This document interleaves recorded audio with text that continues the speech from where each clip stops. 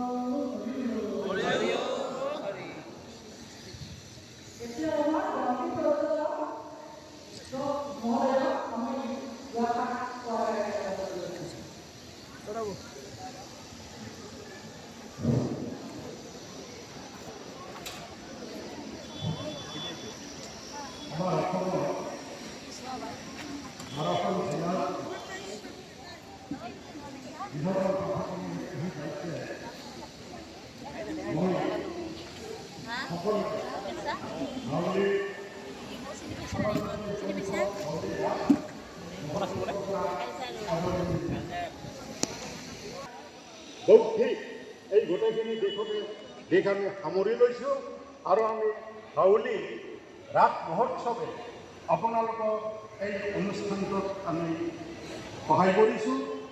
ভৱিষ্যতেও আপোনালোকে আমাক আশীৰ্বাদ দিয়ক যাতে আমি এনেকুৱা ধৰণৰ আৰু আমি অনুষ্ঠান পাতিব পাৰোঁ।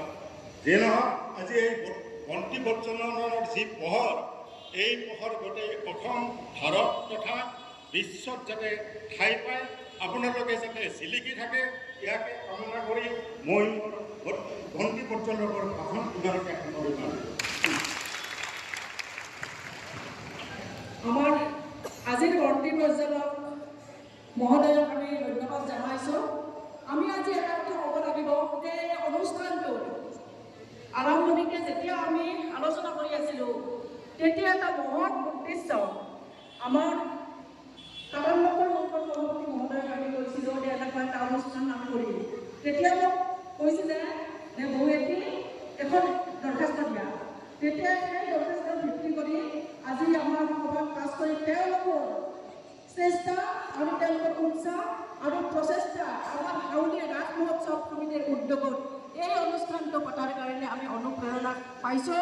আপোনালোকে সকলোৱে ৰাস মহোৎসৱ সমিতিৰ কাৰণে এটা হাতচা কৰি দিয়ক, কাৰণ এই অনুষ্ঠানটোৰ জৰিয়তে যাতে আমি আৰু বিশ্ব প্ৰেক্ষাপটত আমি এনেকুৱা অনুষ্ঠান আমি অনুষ্ঠিত কৰিব পাৰোঁ, তাৰ কাৰণে আমি সকলোকে আমি ধন্যবাদ জনাইছোঁ।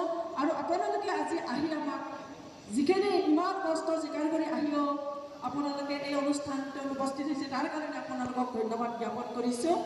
এতিয়া আমি আমাৰ বিচাৰক মণ্ডলীসকলক আমি আসন গ্ৰহণ কৰিবলৈ অনুৰোধ জনাইছোঁ, কাৰণ ইতিমধ্যে আমি আমন্ত্ৰণ কৰি অহা বিচাৰক মণ্ডলী আমাৰ শ্ৰদ্ধাৰ বিশিষ্ট শিল্পী সংগীত নাটক একাডেমী বঁটা প্ৰাপক শ্ৰদ্ধাৰ গুণীন্দ্ৰনাথ ওজাদেৱ, তেখেতক আমি আজিৰ অনুষ্ঠানটোৰ বিচাৰকৰ কাৰণে আমি আমন্ত্ৰণ কৰিছোঁ। আৰু আমাৰ বিশিষ্ট শিল্পী গুৱাহাটীৰ পৰা আমাৰ আহি উপস্থিত হৈছে ৰবীন্দ্ৰনাথ দাসদেৱ, তেখেতকো আসন গ্ৰহণ কৰাৰ কাৰণে আমি অনুৰোধ জনাইছোঁ।